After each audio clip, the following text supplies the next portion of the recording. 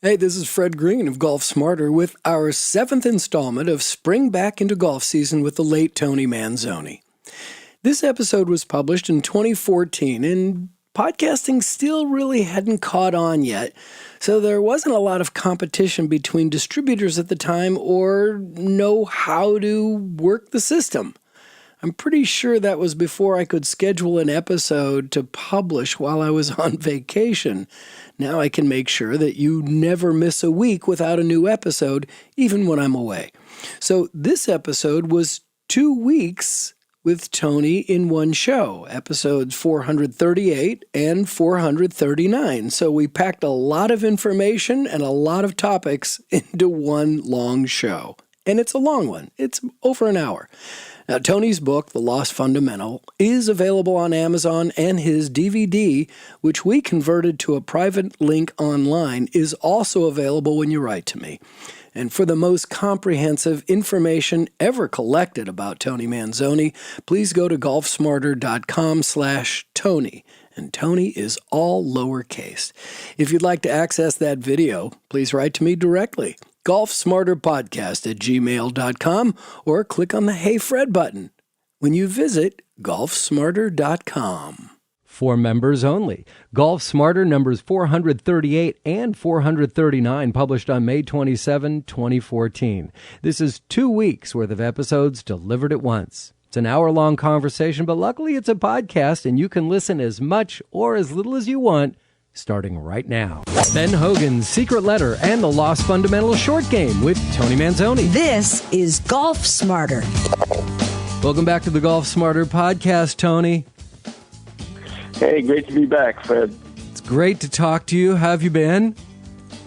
Well, I had a little bit of a mishap. It's kind of funny in a way. I broke 3 bones in my right foot ankle by falling from a hill. I hit a wet spot and slid downhill, and body weight went forward, and right leg didn't want to go forward, and it snapped like a twig.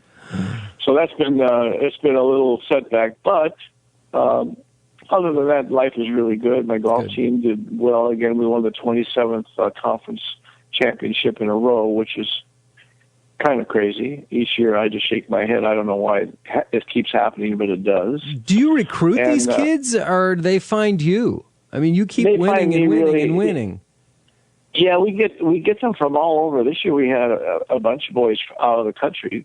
Really? And some of them are really good players, and they're all coming back next year. But I always say to them, how did you find the College of the Desert? You're from Belgium. But they go on the website, and if you look at the website, our record really is sensational. And then the area that we're in is such a beautiful area for golf. We've got over 100 golf courses. Great weather in spring when we compete. We have a wonderful driving range on the facility. I'm a PGA member. I like to hope that part of them coming is my coaching. And it's just, the whole package is good for a young person that really wants to get into golf in a serious way. So it works out good. Yeah, give us more details. More details about the school, where it is, and so people can. Yeah, the name of the school is College of the Desert. It's in Palm Desert, California. It's a population of about 10,000 students. We have been rebuilding the college. It's built all kinds of new buildings, and campus is fabulous. And of course, the weather in Palm Desert or the Coachella Valley is second to none, and especially in springtime. So it's just a marvelous place to come to.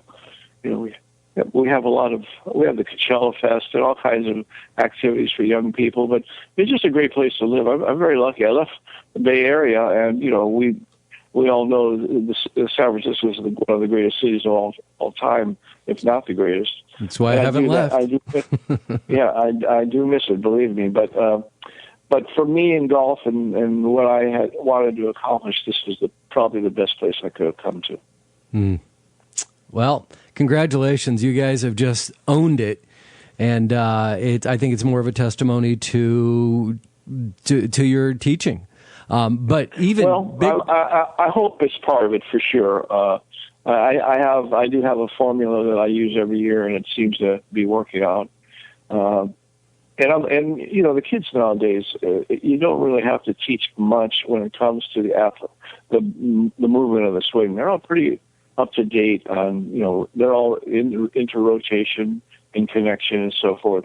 So it's not a hard sell. It's not like it was, let's say, 15 years ago, where everybody was, you know, more of a hands and arm swinger opposed to a body swinger. So that part is really good.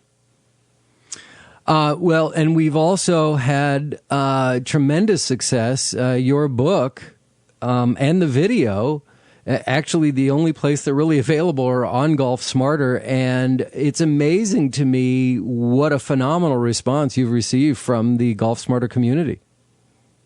It is amazing because, you know, seriously, I'm a no name. I'm just a golf professional, although I think that I'm a pretty good teacher. And when we did the book, I did it kind of for friends and family, and hoping that some people in the golfing community would like it and accept it. And I must say that I'm pleasantly surprised. Thanks to your site too. I mean, you have such a great group of people that are on your site all the time. So that's been a big plus for me. And I enjoy the small success of it. People out of the country buying it, which is always kind of cool. You know? And all over the world. It's crazy. Yeah, it's crazy. Well, let's talk about the book and what you cover and what your method is, because it's very effective. It is. You know, a quick history about 15, 20 years ago, I had a fellow walk in my office and tell me, would you like a copy of a letter that Ben Hogan wrote explaining how to hit the driver? And also he had some film that was private film that he had taken, and no one had actually seen a Ben Hogan swing. And I almost jumped in his lap. So I read, the first thing I did is I read the letter, and the first thing I noticed was that Hogan stated that on the top of the backswing, he has his weight shifts to the instep of his left foot. And when I read it, I thought, well, I think he means the instep of his right foot, because that's what all traditional thinking was. And then I went on to read the letter, and it was really informative, and a lot of stick figure pictures and so forth. And then I watched the film, and and it was very obvious that he was staying on his left side throughout the backswing. It looked like he set up a little bit like, I'd say 60-40. And I think when you really center your head to the golf ball, you must be a little bit more on the left side than the right side. I noticed that his right hip was aligned on the inside of his right foot. So that was his right side brace. And I just noticed that when he swung, he rotated his shoulders around his spine, and his shoulders really were more level than his earlier swings. And the film that I had was after the accident. And that's really when he said, I'm going to start playing off the left side. And the funny thing about that statement, the left side, a lot of people say that, but they don't know what it means. It certainly isn't stack and tilt. A lot of people say, "Oh, you teach stack and tilt," and I don't. And I'm not speaking against stack and tilt. I just believe that the shoulders really don't tilt on the downswing. I believe they turn based on the way they were set up at the ball, because when they tilt, it really steepens the swing in the downswing, and it also the hands must finish much higher, and the body ends up in kind of what we used to call a C position. And people that do that do that a lot end up with lower back problems, as did most of the people from the era that I played in. So I believe in turning more level, as Hogan says, to turn level left and posting up, so that when you finish, your body's really more erect and your weight is really on the left side, and your body isn't tilted back. So when I got all this information, I started applying it to some of the people that I taught, elderly people, who their first complaint was, I want to hit it farther. That seemed to be the number one chant that I got from everyone that I said, well, what would you like to do in the golf swing? Yeah, I want to hit it farther. So I started working with this, and holy mackerel, because I had them more on the left side, I could get them onto the total left side, I get them through the golf ball much easier than when they transfer their weight right and then back to the left. And I readily saw that there was a rationale for doing this. Wasn't a Band-Aid, but this was really the way you did it. And then going back into filming, I saw the Palmers, the Nicklases, and all the greats. They had long careers. Their head was very steady. Their head did not move to the right in the backswing. So little by little, I started really buying into this. Then I got a call from Al Geiberger, who is a resident here, and of course a very famous golfer, Mr. 59, we call him. And Al said, when I read your article in the golf magazine, local magazine, I thought you had flipped your wig. He said, but I started doing it with a fellow that was reversing his weight shift all the time. And he said it worked like a charm. I got him from falling back to the right side, and he is now finishing and hitting the ball, really, really great. He said that I started tinkering it. Now think about this. Al Geiberger was voted as having one of the great golf swings of all time. And he said, because of my age, I can't get to that left side like I used to. And he said, it works like a charm. So that was the kind of the catalyst in the history of how I really bought into this. Because I had to buy into it, just like everybody else. I was taught, shift your weight to the right, take your sternum and shift your weight to the right leg, and then shift back to the left. And, there's a big timing element there because you've got to make a little lateral slide and then rotate. And this eliminates that lateral slide. So then everyone that I taught said, you need to write this in some kind of a book form so other people can see it. And, they were rubbing my elbow pretty hard there. My ego pretty hard there. So I thought, well, what the heck? Why not do that? So I wrote that little periodical. It's a small little book, as you know, but I think it's concise. And I have done this now since the day I got that letter. I have been continuous. I have never stopped doing this. And I can tell you that I have never had anyone say, I can't do it this way. I can't hit it this way. I think this is wrong. Never, not one. And I would tell you, even if there was one, I would tell you. It's never happened. And I've had a lot of guests, by the way, come from your site that came into town to take a lesson from me. And I must say that I got love letters from them after.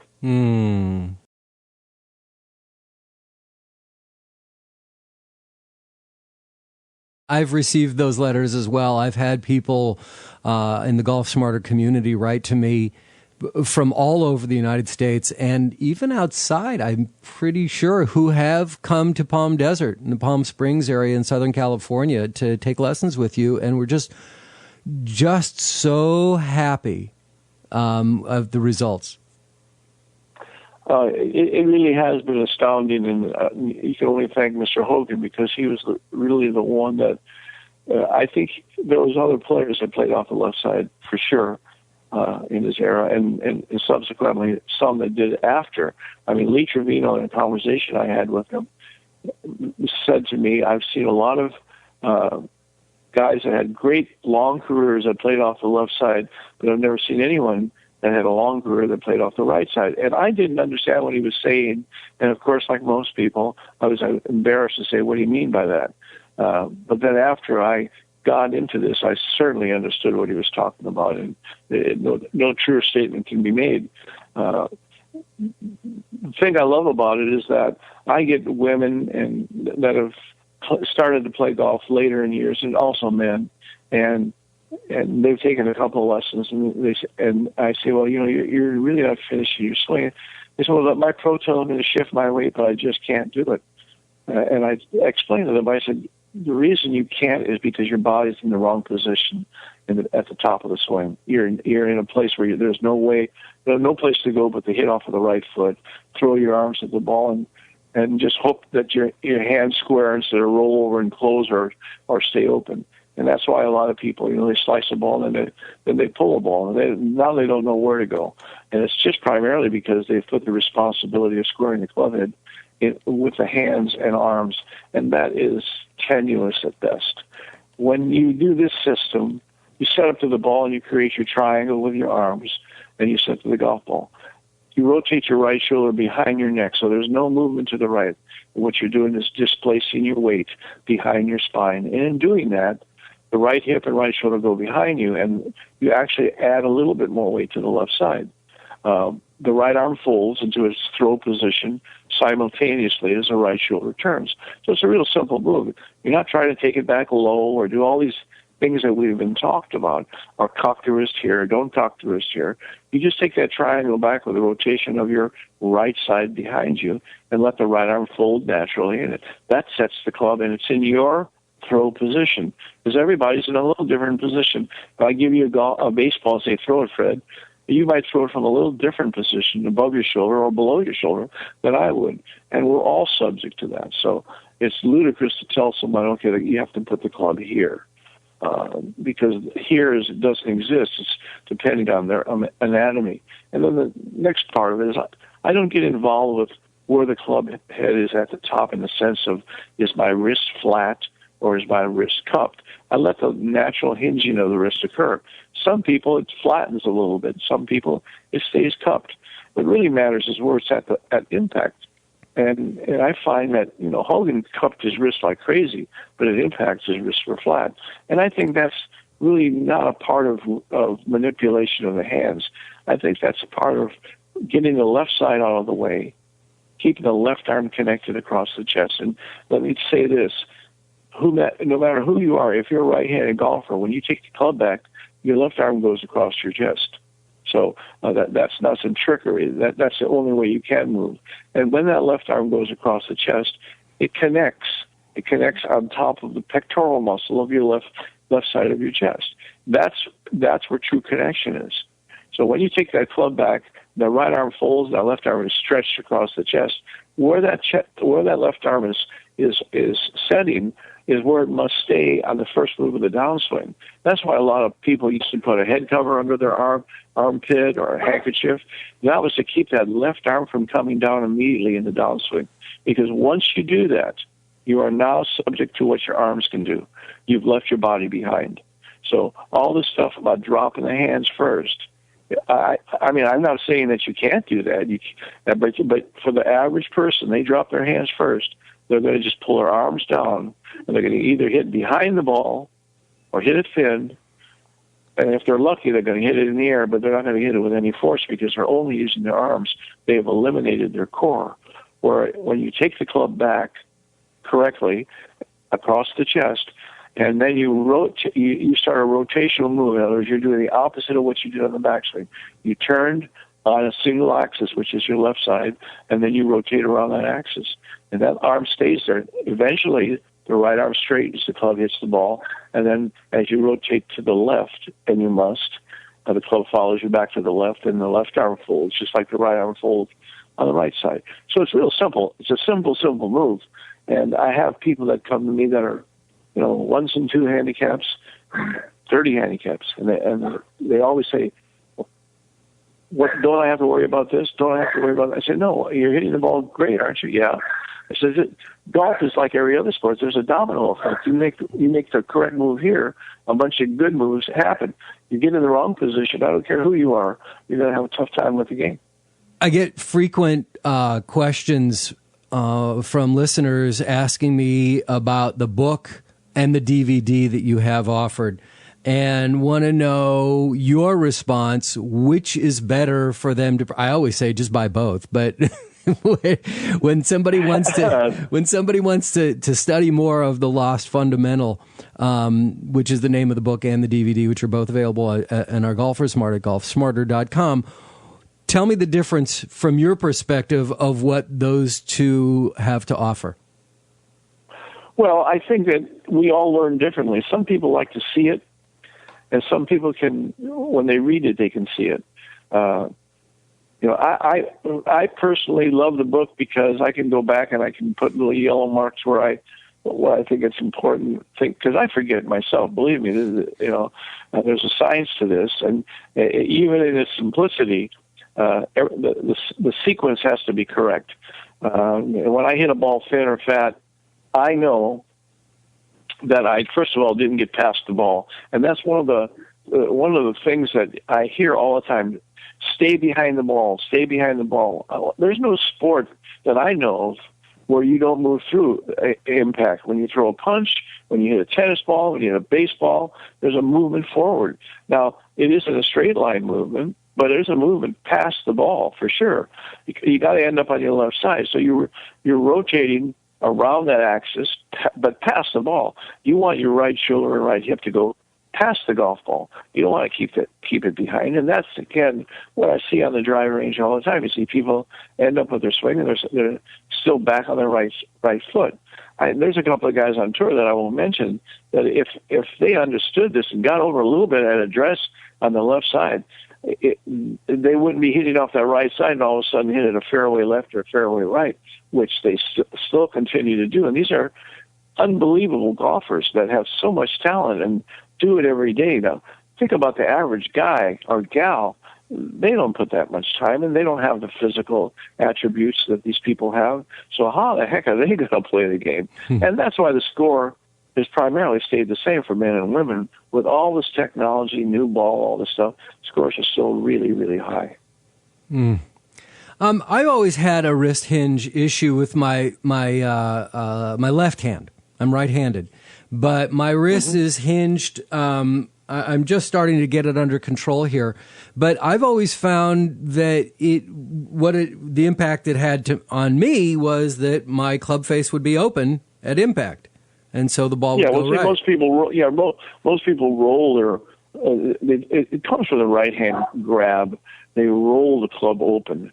Okay, now that's a compensation that has to be dealt with on the downswing. So you got to roll the club closed, and who can roll it open and close it and get it right back to where they started as they're moving at 70, 80 miles an hour with a club head speed. I mean, it's all silly to think you can. So most people that roll it open and then close it hook the ball.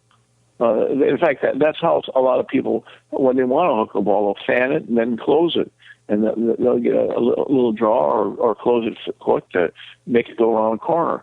The correct way, I believe, is that when you hold the club in your hands, your left wrist should be bent and your right wrist should be flat. Okay, and what you want to do is you want to move that position at least past your right leg in the backswing, and you move it with the turning of your shoulders, which swings the arms back. Now, if you do that, if you can get past that and just let the natural occurrence happen, what will happen is that the right wrist will go back a little bit and fold down like you're holding plates, depending on how much flexibility you have in the wrist, and the left wrist will flatten a bit. It may only hinge like you were hinging a club towards your nose, up and down.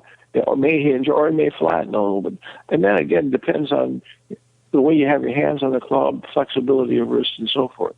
And remember, the backswing is just the point where you're changing directions. So it's not you take the club up to a spot and stop and start.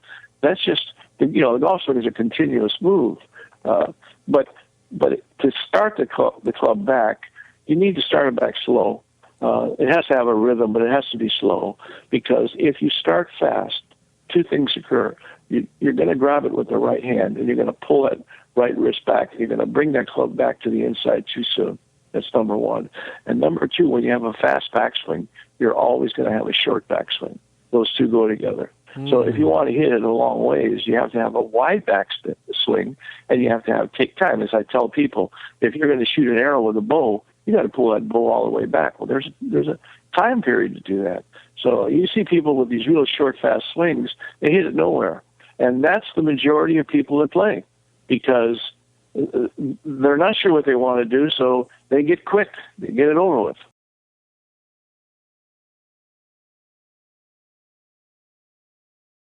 How would you advise someone to change their tempo and be conscious of it? I have a friend that I've been playing with. I have a friend that I've been playing with for years that stands over the ball for almost 40 seconds. He just stares at the ball, and then all of a sudden, if you blinked, you miss the entire swing. It is so fast, and he can't understand why he doesn't get better. And it's like, dude, slow down. Well, yeah. First of all, he needs to have a pre-shot routine where he starts in from behind the ball, and then he goes to the golf ball, looks at the target, looks back at the ball, and as he's doing that, he's aligning himself and calming himself down. And then to start the tempo, a good way to start the tempo is start with like your right knee, kind of a kick in. It just kicks kind of in like a forward press. But you really want your body to set the tempo. You don't want your hands and arms to set the tempo, because they'll get out of position immediately. In other words, they'll get across you and your chest hasn't moved. And now when your chest turns and your shoulders turn, your club's going to go way inside. So the sequence has to be more one piece. Now, I don't mind if the club head moves a little early, a little first, but I like to feel as if I set the tempo with the sternum of my chest. Some people like to set the tempo with their shoulders. But for God's sakes, you can't set the tempo with your hands, because you'll start slow and then you'll yank it back, because it just doesn't feel right. You've got to do this like you're winding up your body and not just taking your arms back. And I think that's a good thought, is that a slow wind of the body so that you can really get coiled. And now you've got some room to create momentum on the downswing. How do you create the tempo or set the tempo from your sternum? Well, I think about my chest turning. Okay, so I just think the center of my chest. So I connect my arms, and so imagine that my chest is a picture, and my two arms are a frame of that picture. I try to keep that picture, the chest, between those two arms. Okay, and so I focus on that picture. And I'm using this analogy because it's my picture. Other people might, use their nose. I don't know, but I use that and so I try to keep that picture inside that frame as I turn. So in doing so, I'm taking the address position, and I'm moving it to the right of me, and then of course the right arm pulls and puts the club in my throw position. But that's my process, because I've always been fast. I've been a Lanny Watkins kind of backswing, and if you have the talent of Lanny Watkins, you can get away with it. But I certainly don't, and most people don't. So what happens generally is you pull that baby inside too much. You mentioned about putting the club head cover under your arm. Made me think about I don't know if he's a disciple of yours, but I know he's a fan of yours, and that's Martin Chuck of Tour Striker out of Arizona. He's been on the show multiple times, and he developed the Tour Striker Club, and now he has a new product, this little inflatable ball that you can either deflate it and put under your arms, or when you inflate it, you hold it between your arms so that they stay connected, right? And he talks about, he's been on the show multiple times, and he talks about you and your methods. Well, Martin, it's really funny. I was a member of, I was given an honorary membership at a club that Martin was the head pro at here in the desert. And, I always try to stay out of the way of the pro shop and all that, because I felt a little guilty. I wasn't paying any dues. I wasn't paying any membership fees. So I was always at the back of the range when I played. And this happened late in my life, so I wasn't a great player or anything. Martin, and I like Martin very much. He's really a gentleman, a really nice young guy. But at that time, we didn't really get social, because I always felt like, I hope he doesn't think I'm going to be trying to give lessons out here, or I'm after his job or anything like that, because a lot of pros feel that way. Martin, as it turned out, didn't have that kind of a thought in his mind. But one day he asked me if I would play in a junior-senior event with him. And I said, sure. But part of me said, oh, man, I don't want to shoot 80. Because, like I say, this was end of my golf career. So we get paired with two of the best players in Southern California. One guy's going on the tour. One guy just got off the senior tour. That was their team against us. We started the first hole. We tied them, but they had blasted their balls out there 50 yards past both of us. And then we had started. It was a shotgun event. We started on the ninth hole, and then it was like a crazy thing. I made a birdie on 10 and 11, par 12, birdie 13, par 14, had a hole-in-one on 15, whoa, birdie 16.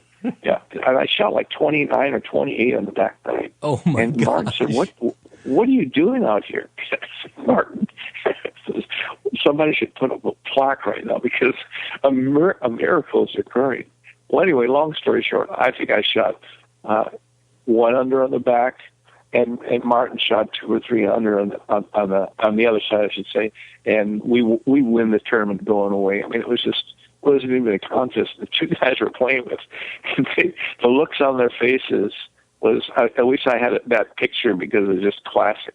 Because they figured, especially on the first hole, after they drove it out there about 310 each, and we're out there about 260, well, we're going to get rid of these guys real quick.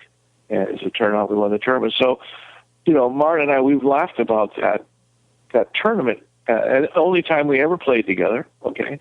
And we've never really talked about the golf swing. But I watch Revolutionary Golf every now and then, and Martin's on there, or on your site, and we talk the same language. We believe in the same thing. And as ironic as this is, I had to see Martin for years. I went to Lake Tahoe last summer with my gal, and one of my clients belonged to a golf course up there. And when I walk in, Gus Jones, who I know very well from the desert, is a head pro, and Martin Schaff is a teaching pro, and I just about fell over. So we had a big laugh over that. But he's a great guy, really a very, very fine golfer. I mean, and if you want to learn the golf swing, just look at what he's doing. And that tour striker thing that he created is genius. It really is. Do you like that? Do you like that product and what how it teaches you to come down on the ball? Well, I'm sure I like it, and the only thing is, I will say that it's for the average guy, it's very hard because the average guy doesn't do it right. Yeah, doesn't get he's got that handle behind the club head at impact, so the head's coming up, so he's not going to get the ball airborne. And I must say, the first time I did it, I just shot it down about a foot off the ground. I thought, what the heck, But then Al Geiberger was the first one that had one, and he brought it over to me. He said, "You got to try this." And then after my correct swing kicked in, I started hitting the ball up in the air, and I thought, God, this is terrific. And it must be a good product. It's sold 10 trillion of them, I think. Oh. Yeah, he's having fun with that.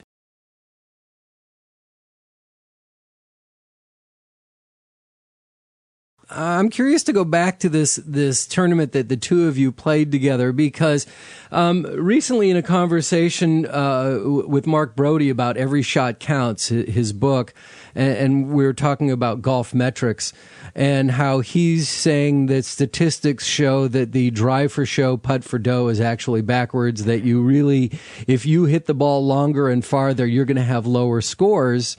I should say longer and straighter, you're going to have lower scores because you're coming into the green with shorter irons, which are going to, increase your chances of hitting the green.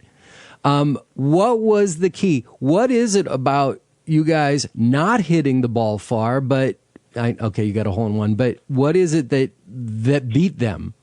And what can we learn from that? What really happened, I kind of, after the first tee shot, which was mediocre at best, I kind of felt something. It was like a little pre-cocked position at address. And you know how things happen. And I started, because I was playing from the senior tees, I started keeping it up with this fellow, and on occasion even knocked it past him. And I think I rattled him a little bit because, on the first tee shot, he got me by at least 50 yards. So that was part of it. And then my iron play just got stupid good. I was just drilling it in there. And I was laughing, truthfully laughing to myself, like, when is this bubble going to burst? And just to think about this, how about going hole-in-one birdie? Okay, usually you go hole-in-one triple bogey because right. You're excited. But I guess I kind of got out of my own way, and it was an overdrive, and I got that feeling that no matter what I did, it was going to be good. And that they call that the zone. But I have a 15 or 20 foot putt, bam, in the hole. 10-foot putt, bam, in the hole. 5-foot putt, bam, in the hole. They just went crazy. And then when I got a little bit conscious of it, when you shoot under 30, and then went to the other side, I had started with a par. I had 8 holes to go. I had a tough time because I was conscious. I wanted to shoot some, your ego gets so blown out of proportion. So, I like I say, I think I was 1 under or something like that. But that 1-9 was magic. It was just, I thought, well, this is what it must feel like to be Tiger Woods or whoever, because, it was just simple. It was just absolutely simple. Getting back to what you said about something, I'd like to bring something up from my past. Years ago, I was training some ladies on the LPGA when I was at Mission Hills, and because they had the Kraft Nabisco at that time, and I became a big fan of ladies golf because I saw how great they hit the golf ball, but they couldn't hit it very far compared to a man. And I started thinking about it way back when they had a tournament. I can't even remember the name of it, but it was a man and a woman against a man and a woman.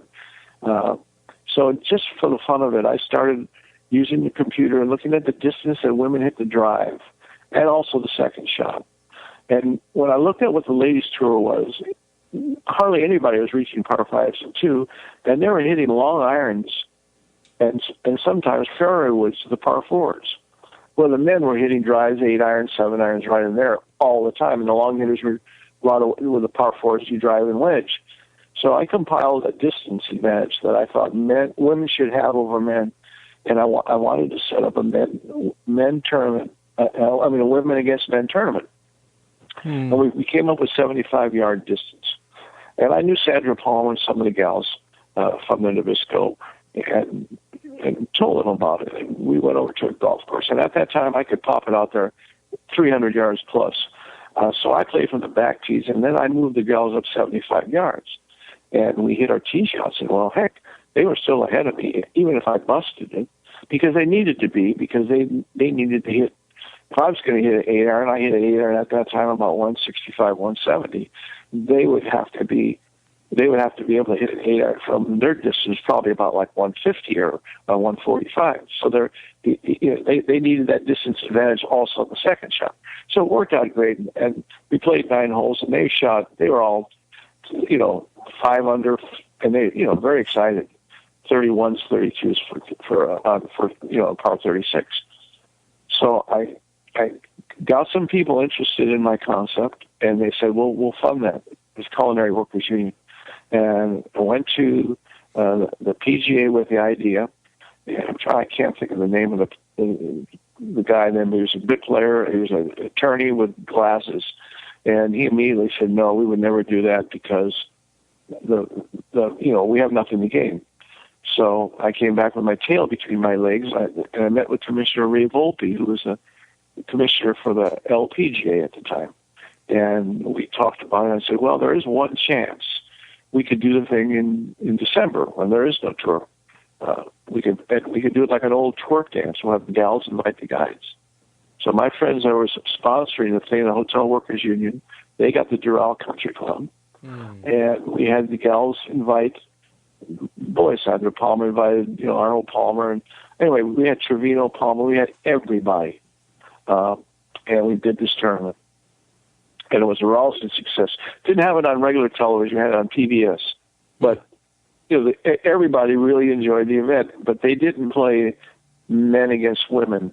But they did give the gals a 75-yard distance advantage. The second year, Frank Sinatra, who I knew very well, said, I'd like to sponsor that tournament. And I'll bring Sears Roebuck in, which he did. And, long story short, just before the tournament was going to be announced, Mr. Sinatra's mom was in a jet plane to go see him in Vegas, and they flew right into the Santa Rosa Mountains here in the desert. Oh. She died, and he had to back out of the tournament, and, of course, Sears went with him.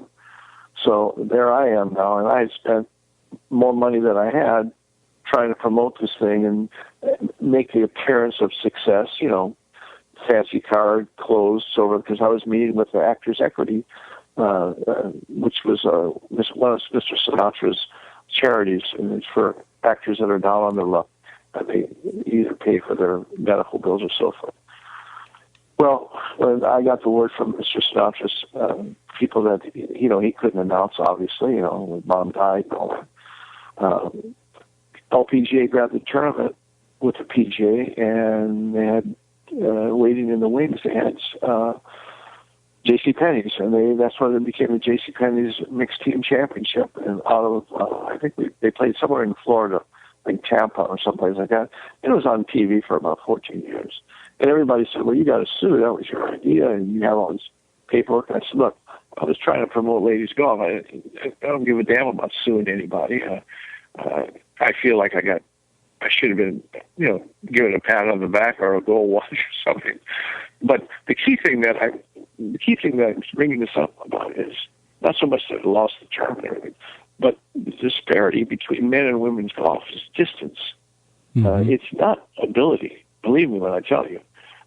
The gals can hit the hell out of the golf ball, and they can. I think there's a few gals out there that I'll put against the men in putting any day. But you can't overcome the distance. And when Michelle Wee was coming out when she's 14 and doing so well, and people were saying she's going to go on the tour, they interviewed me. And I said, "Look, I could go lift weights for 10 years, and then you put me in a cage with a bear or a lion or whatever, and they're going to tear me apart." That's nature. And although Michelle Wee is a wonderful little gal and she hits the ball really good, no, she can't compete with a man. I mean, don't be stupid. That's all that garbage. And I think the people that were pushing that hurt her. They put a lot of pressure on that girl. And I'm so happy to see her playing great golf again.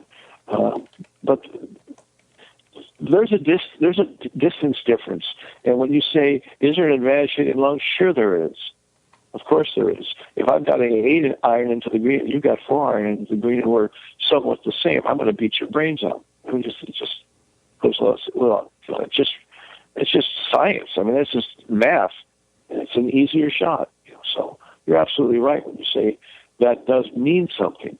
But distance isn't everything. And that was proven this year when we were in the regional championship. I had a boy that could hit it 340 off the tee with no doubt, but we played a real tight little golf course where you can't hit driver. They just the designer just love you to hit driver so you can knock it out of bounds, and that's exactly what happened. I only hit 3 drives out of bounds, so that's craziness. There is a point where you have to look at what the hole is, and then you have to say, okay, this is what I must do. I'm going to take double and triple and all that out of play by doing this. That's managing yourself on the golf course. That's what I try to teach my players.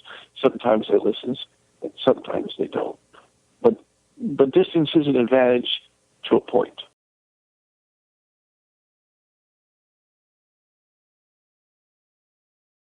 So now on the women's tour, we have an 11-year-old who's making headlines.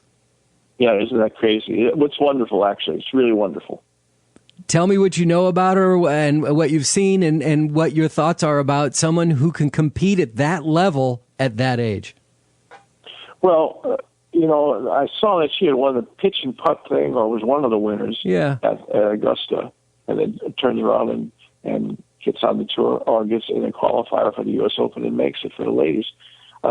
It doesn't surprise me, Fred. I've got a 15-year-old by the name of June Jang that's on my video. I started her when she was a little past 12. And recently she played in a major event in, it was called the Silver Bell event, I think in Phoenix somewhere. And she shot 74, 64, 70 against 26-year-olds. And just recently she played in the Golf Week magazine tournament. The previous year she had shot 67, 71 to win it. And this year she shot 75 with a triple, par 5, which she tried to go into when there's water on both sides, and she learned a good lesson. But then she came back with 68. And she said, "Coach, I hit every green." And she said, "I missed so many putts I could have had 59 today." And it wouldn't shock me if she said, "Coach, I shot 59 today." That's how good these kids are nowadays. What they're doing is, when it used to take us 10 years, they're compressing that into a year because they're practicing every single day. They got a wedge or a putter in their hand all the time. They're not thinking about music, hairdos, nothing. All they're thinking about is how to get the ball in the hole. There's a mindset out there with a lot of young kids that just love the sport.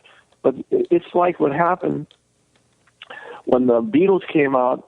Every mom and dad wanted to give their kid a guitar to learn because they saw a chance for fame. And I think that's what's happening. Young people are starting to really discover golf. And, you're like a rock star, for God's sakes, if you're really good in golf, if you're a star. We see in the men's tour, well, the same thing's going to happen to the women's. The women's will never be as popular as men's because that's just how life is. But if you want to see quality golf, you watch the women play. It's unbelievable, and they're getting longer.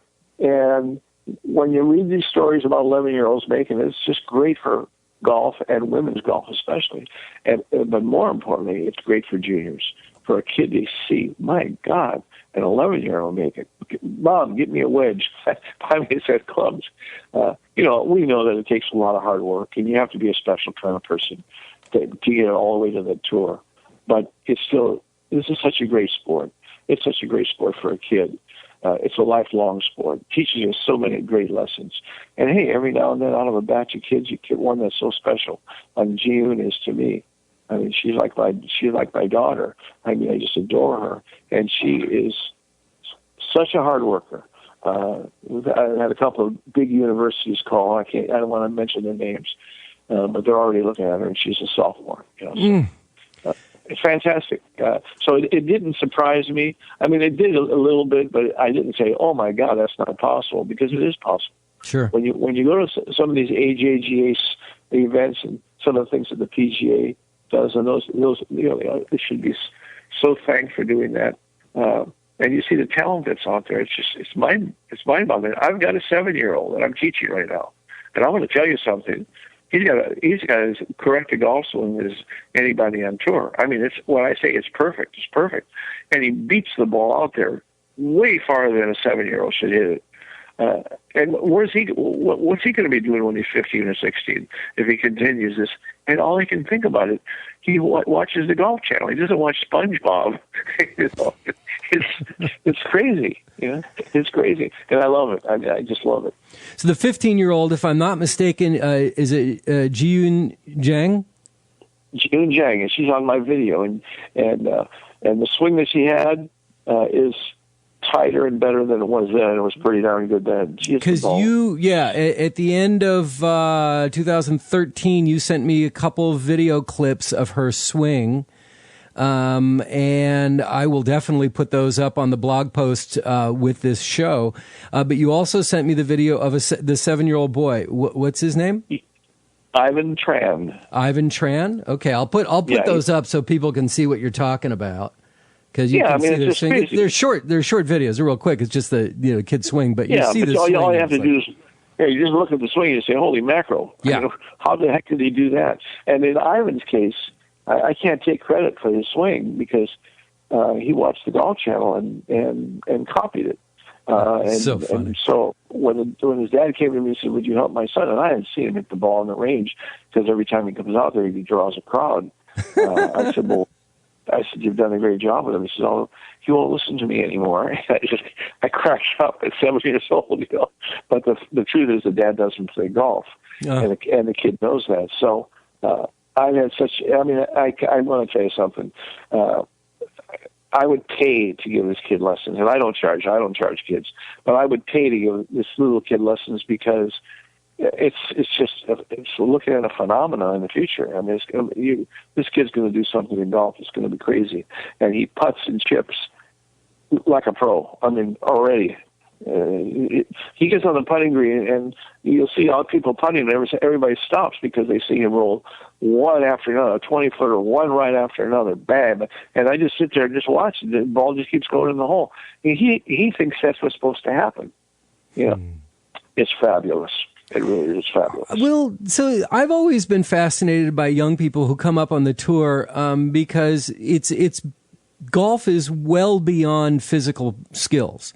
There's the mental aspect. There's the emotional aspect of dealing with the pressure of a Sunday round. And, I'm thinking a 7-year-old, He's going to bang it away. He doesn't even know or understand what it means to have the pressure on, with all the eyes watching and got to make this putt. How is the mental side these kids can hit balls like crazy all day long, but put them on a golf course in competition. What happens then? Oh, Ivan has played in a number of tournaments, which he's won or been in second place. Yeah, but he's competing against 7-year-olds, right? Yeah, of course. Yeah. But this is the thing that I think that is happening. Like this 11-year-old, they see they can do it, they enjoy doing it, and they love people watching them do it. So they don't have the insecurities and the feelings. Well, can I beat this? They don't even think that way. It's a totally different way of thinking, and I think it's just the era we're in. The kids are out of their shell really early because of television and whatever. Think back when you were a kid, things you did, and what's happening today, because of, and I don't think it's all good. Don't get me wrong, but because of Facebook and everything, everyone is more involved in the social aspect. So people have a tendency to be a little bit more. They're not so self-conscious.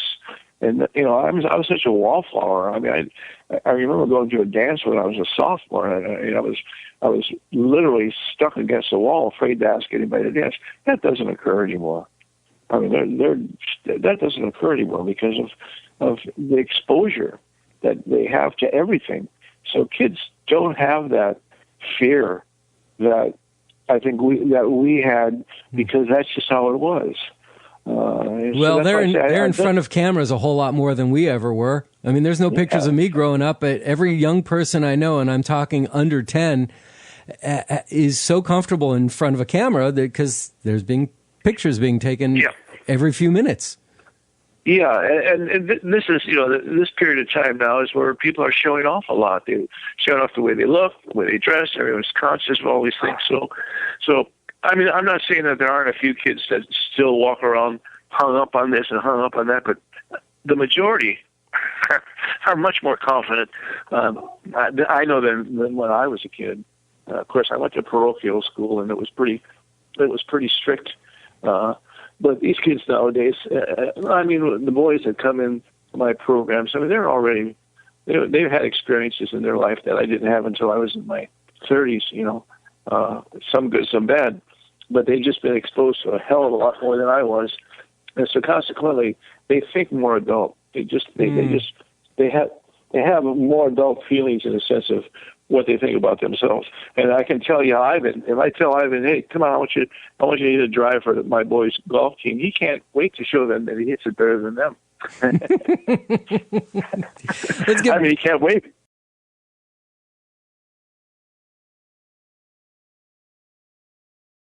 Me about your methods, the swing for your short game, for pitching and chipping and not full swing.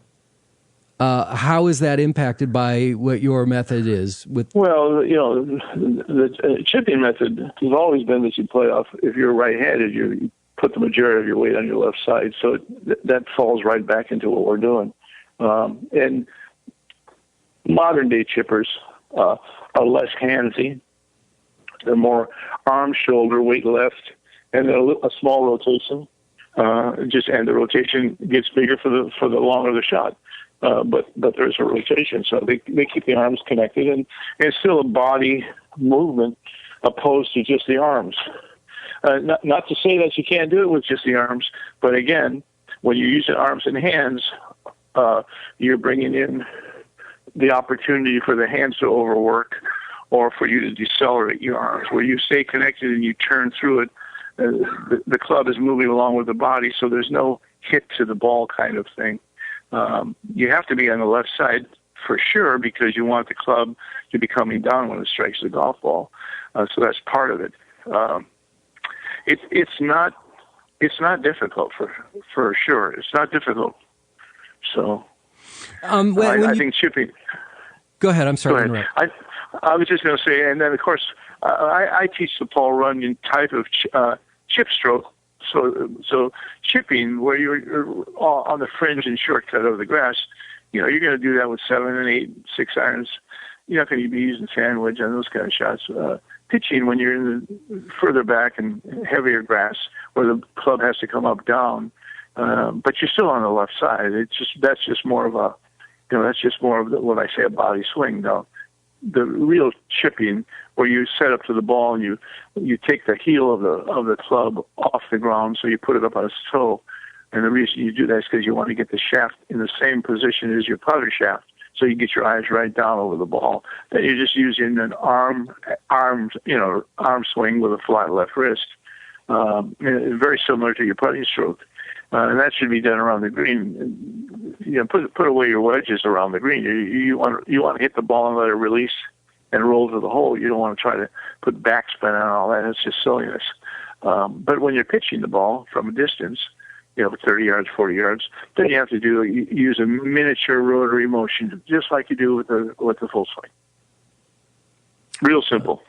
Oh yeah, sure, real simple. No, it really is. I honestly, for those of you that have chipping problems or anything like that, you ever come to the desert, I'll get rid of them in 5 balls. I mean, I promise you. And I don't care if you scoop it right at the bottom or anything. I teach some PE classes, beginners, and I get a lot of these people have never touched a golf club in their life, and in a very short period of time, everybody's got that handle ahead of the ball at impact, and it looks great, but it's not hard to do. But it's hard to do if you're trying to keep your wrist flat and your body still and your head still and you're pushing your arms. Then it's really hard. Then you're sculling them across the green all day long. But that's not the action. You have to set up properly and you have to understand what the movement is. But then once you get the movement, it's really simple. Oh boy, do I want to see that! I'm bringing the video camera for that one. Okay, man. Anytime. This is really duck soup. This is a simple part of the game. The only thing is the distance control. That's the hard part about chipping and putting. That if you have a 20-foot putt, you got to be able to hit it 21 feet or 22 feet at most. Yeah, but most of the time I see the mistakes that happen for chipping is that people hit 3 or 4 inches behind the ball, and then the club head bounces. Yeah, that's because they're staying behind the ball. They're not moving through the ball, number one, or they're trying to scoop under the ball, try to get under the ball and make it go up. You'll hear people say they'll scull and they say, "I didn't get under that one." Well, you don't get under it. You're hitting. You have to hit down on it. The ball hits the face of the club, slides up the face, and then goes up in the air. But you don't scoop the club underneath. The only shot that I know that you go underneath like that is a sand shot when you lay the club back. But people try to do that. They feel like they have to help it up, and so in scooping, to scoop, you have to uncock your wrist. Your left wrist gets really cocked, and the blade goes up. So that's the banana, But it's easily fixed once people. You don't say don't scoop your wrist. You just show them. You show them a movement where the wrists don't scoop. You explain how the thing really works, and then it's really easy. The problem is that a lot of teachers that teach say don't do this. Well, no, you see, you scooped it, or you did this, and so they're still fixated on that movement instead of getting them to do the movement that eliminates that. But really, honestly, if anybody wants to chip, they can go on any website. There's so many guys out there that are saying exactly what I say, because it's not a secret. And keep in mind the tour is constantly looking for the easiest way to do these things, not the hardest. So if you copy Mickelson or those kind of people, you'll see that they have a process that they repeat over and over again. But why? That's where more strokes are lost, I think, inside the 30-yard area than anything else. There's no question about it. Yeah, no question about it. One of the parts of my formula for the golf team is that you got to be able to get it up and down from 50 yards and in. You just got to be able to do that. If you're serious about being a competitive golfer, you have to be able to do that. And it sounds really hard, but it's really not, because once you have a motion that is consistent, then you just can dial in the rotation of your body for the distance. when you do it with your hands, now, your nerve endings are at the end of the fingers, and we all get nervous, and we all get anxious, and that never goes away, and hopefully never will, because that's a good thing. Adrenaline is a good thing if you use it properly. But if you set up to the ball properly, whether you're hitting the ball, chipping the ball, whatever, now your body dictates the distance the ball is going to go by its rotation and tempo. Well, you can fine tune this thing really quick, opposed to trying to time your hands, when they turn over, how fast they turn over, and so forth. And those are the things that the modern swing, even though this is not really a modern swing, but it's a modern way of teaching. You watch the tour now. You look at the guys when they step to the ball. You don't see anybody way behind the ball at address anymore. There was a guy by the name of Jerry Hogan that said, "I want you to stand above the ball, but not behind it," and that's a great statement. And that's with the driver or anything else. Interesting. You're going to have to come down and bring your wedge, a suitcase, a toothbrush, and a wedge. It's going to be a long weekend. Okay, suitcase, a toothbrush, and a wedge. Well, yeah, maybe the 8 hours so that I can show you the run-up shot too. I'll bring the putter, and we'll just play the entire round with 3 clubs. How's that? Yeah, there you go. Absolutely. That'll be interesting. I'd probably score the same. Probably. Oh, Tony, well, listen, I hope you have a full recovery. I'm so sorry about your accident, and I know that I haven't asked in a while. How old are you now? I'm 77. Oh, my gosh. But well, right now, when I had the accident, I felt 97. Yeah, I bet. Because all of a sudden you say, "Oh, I'm falling now because I'm old." But what happened to me would if I was 15, I would have got the same result, unfortunately, because the golf course. I wonder what will happen if another member gets down there where I was and tries to walk up that hill and slips. The result's going to be very similar because it shouldn't be that steep anywhere near the green. But that's another story. I know a lot of people say, "Well, are you going to sue?" And I'm not a suing type. I think God had that plan for me to teach me patience, because I get a little impatient. My girlfriend is looking at me now, kind of nodding her head. So anyway, I have to look at it as it gave me some time to stop working 7 days a week, and I caught up on every TV show that exists for sure. But that's not something. That's not something you want to brag about. No, it's just behind me now, and like I say, once I get through therapy, I'll be kicking and running again, just like I always do. Just like you always do, and dragging that team with you across the finish line ahead of everybody else. Hopefully, we can keep that up, baby. Oh, amazing. All right, Tony. Well, it was great to talk to you again. Thank you so much for giving us your time. The GolfSmarter community loves you, will always love you. And again, the book and the DVD, The Lost Fundamental by Tony Manzoni, is right here on our website. And I like to say this, and it's hard, but you're not going to find it anywhere else. Really, you could look everywhere on the web. You're only going to find it here.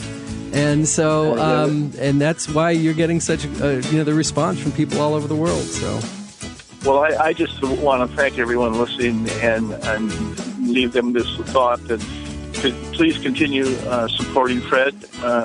You are the voice of golf, as far as I'm concerned, and I think you're doing a wonderful, wonderful thing for a lot of people.